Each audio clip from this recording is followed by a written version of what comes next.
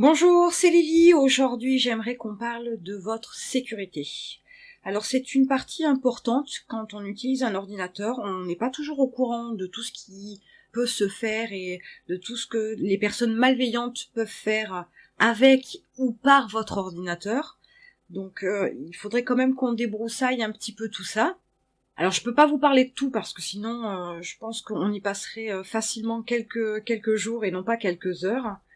Je vais essayer de faire ça assez rapidement pour en faire un premier plan, pour vous donner déjà quelques pistes de réflexion et voir dans quelle mesure il y a la possibilité de vérifier certains paramétrages et d'améliorer en partie la sécurité. Il est évident que si vous n'êtes pas connecté à Internet, que vous n'activez pas le Bluetooth, que vous ne vous connectez à aucun appareil, il n'y a pas vraiment de danger sur votre ordinateur. Mais jusqu'à preuve du contraire, l'ordinateur, depuis peu et par le biais de la connexion Internet, c'est quand même sa grande utilité. Même si avant on pouvait l'utiliser plus dans un cadre professionnel que particulier, il y a quand même des dizaines d'années que ça s'est démocratisé et on a généralement un ordinateur pour se connecter à Internet. Donc la première chose qu'il faudrait commencer à regarder, c'est la partie Wi-Fi. Il est important d'avoir un mot de passe sécurisé pour son accès Wi-Fi. Alors certains FAI vous proposent d'office un mot de passe qui est très compliqué, qu'on ne retiendra pas et qu'il faut refaire 3 fois parce qu'on s'est raté dans l'insertion de la clé de sécurité quand on a connecté son Wi-Fi. Mais il est inutile d'avoir un mot de passe mémorisable pour le Wi-Fi parce que dès l'instant où c'est paramétré, vous n'avez plus à y toucher, sauf si vous devez changer de box ou changer votre mot de passe, donc pour une question de sécurité, mais voilà, donc plus c'est compliqué, mieux c'est. On constate de plus en plus de piratage de réseaux Wi-Fi. Alors c'est un peu dommage parce que sur le principe, on trouve quand même beaucoup de bornes, de hotspots d'accès au réseau Wi-Fi gratuit. Cela dit en passant, le réseau Wi-Fi, comme il est connecté à votre ordinateur, permet aussi d'accéder à vous, à votre ordinateur. Donc ça, c'est quelque chose qu'il faut absolument surveiller. Ne divulguez pas le mot de passe de votre accès Wi-Fi à vos voisins, à vos amis, à votre famille. On sait jamais. Voilà, on sait jamais. Je peux être votre voisine. Vous allez me donner le code d'accès Wi-Fi et je vais recevoir quelqu'un à la maison et qui a besoin du Wi-Fi, donc je vais lui donner le mot de passe que j'ai. Et on sait jamais à qui on a affaire. Voilà, ça peut aller très très loin. Donc ne le donnez pas, sauf aux personnes auxquelles vous êtes sûr qu'il n'y a pas de danger, mais on n'est jamais à l'abri de rien. Voilà, pour rendre service, on va fournir une clé d'accès et ce sera déjà trop tard. Ensuite, on va parler de votre ordinateur. Bien évidemment, il a besoin de sécurité. Il a besoin de sécurité pour un bon fonctionnement, mais il a aussi besoin de sécurité pour conserver précieusement vos données et pour qu'en cas de piratage, la difficulté soit un peu plus grande pour le hacker de récupérer vos données personnelles sur votre ordinateur. Il est évident là aussi qu'il ne faut pas rêver. Aujourd'hui, les outils que l'on a sur nos ordinateurs sont efficaces, il n'y a pas de doute, mais pas assez efficaces pour éviter quiconque de rentrer dans votre ordinateur. On sait qu'il y a de grandes sociétés que nous connaissons tous qui ont été piratées.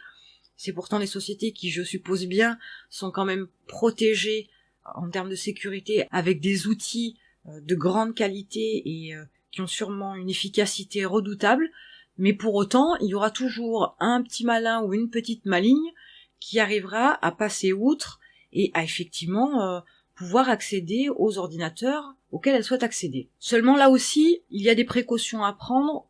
Concernant Windows, il y a quand même quelques paramétrages qui sont importants d'activer et de désactiver pour pouvoir être sécurisé le plus possible. Par l'outil Windows, entendons-nous bien. Il est nécessaire aussi d'y mettre un antivirus, d'y mettre un anti-malware, de nettoyer régulièrement vos données, de faire des sauvegardes. Tout ça va contribuer déjà à bien entretenir votre ordinateur, certes, à ne pas perdre vos données en cas de piratage. Je vous rappelle quand même que le ransomware, ça peut coûter très cher. Pour ceux qui ne savent pas ce que c'est un cryptage effectué à distance par une personne extérieure malveillante, un cryptage de vos données qui fait que vous n'avez plus accès à vos données. Vous pouvez allumer votre ordinateur, mais vous n'accédez plus à vos données, sauf si vous payez. Et encore, même en payant, vous n'êtes pas sûr d'avoir en contrepartie la clé de décryptage pour pouvoir retrouver vos données. Et une fois que vous auriez éventuellement récupéré la clé de décryptage, la première des choses à faire, ce serait éventuellement un formatage complet de l'ordinateur, Et encore, on n'est pas sûr que lorsque vous réinjecterez vos données, il n'y aura pas un dossier caché ou un fichier caché qui ne réinjectera pas ce fameux virus de cryptage derrière. C'est un petit peu vicieux, un petit peu tordu, mais je vais faire une référence pour ceux qui connaissent par exemple Bigard, l'histoire de la chauve-souris. Admettons que, voilà, ben c'est un petit peu ça. Mais plus vous laissez de possibilités à admettons que, et plus forcément, il y a de possibilités de se faire pirater, d'avoir un ordinateur qui soit mis en l'air, de la perte de données, de la récupération de données. Je l'ai dit dans d'autres vidéos, on est quand même dans l'ère du big data. Vos noms, prénoms, adresse mail, carte bleue bien évidemment, mais aussi la taille de votre pantalon. Tout ça, c'est des données qui ont de la valeur, une valeur financière, hein, une valeur qui importe aux yeux de certaines entreprises. Donc, moins vous en donnez, mieux c'est. Plus vous les préservez, mieux c'est. On a vu pour Windows qu'il y avait donc des choses à faire et il y avait des logiciels à mettre en place sur votre ordinateur. Il y a aussi un problème concernant les logiciels, programmes, applications que vous allez télécharger. Pourquoi ? Parce que on peut aller télécharger un peu n'importe où, n'importe quoi, n'importe comment, que certains logiciels, certains programmes sont recompilés avec à l'intérieur des virus ou des programmes de pub intempestive, hein, ça c'est le plus connu. Et là aussi, en termes de sécurité, il y a une faille qui va se créer. Donc n'allez pas télécharger des logiciels craqués, des versions faussement gratuites, ou des versions que vous ne trouvez pas ailleurs, et comme par hasard là vous la trouvez. Il est préférable de prendre une application payante dont vous connaissez l'origine, c'est un peu comme la viande, hein, vous dormez plus tranquille à manger un steak dont vous connaissez l'origine, plutôt qu'un steak dont vous ne savez pas d'où il provient. Donc les applications, voilà, faites attention, ne téléchargez pas n'importe quoi, n'importe comment. J'ai aussi parlé dans une autre vidéo le fait que si vous tombez sur un site où il y a 5, 6, 10 fenêtres qui s'ouvrent, qui sont de la publicité, et c'est un peu agressif, n'allez pas sur ce site-là. Déjà, il y a quelque chose dans le mode de fonctionnement qui ne va pas. En termes de publicité, une fenêtre qui s'ouvre passe encore, 10, c'est de l'agression. Et c'est que forcément derrière, il y a une démarche volontaire du propriétaire du site de mettre en place et de faire de l'argent avec la pub. Donc, n'insistez pas, n'allez pas plus loin, passez à autre chose. Évitez, voilà. Alors, je vais vous donner un exemple. J'ai un client qui va sur un site de jeu et qui me dit, mais j'ai toujours l'inquiétude parce que quand je vais sur le site de jeu, j'ai quelquefois une fenêtre avec un écran bleu qui me dit que j'ai un virus et qu'il faut que j'appelle un numéro de téléphone. Et je ne sais jamais quoi faire. J'ai dit à mon client, ce n'est que de la pub. Ce n'est absolument pas un problème de votre ordinateur, ce n'est pas un blue screen, non, non, non, non, ce n'est que de la pub. Donc pas de souci, pas de danger, fermez la fenêtre, mais voilà, n'allez plus sur le site, ne prenez pas des risques inutiles, attirez le diable par la queue, après faut pas s'étonner si vous arrive quelque chose, donc faites attention.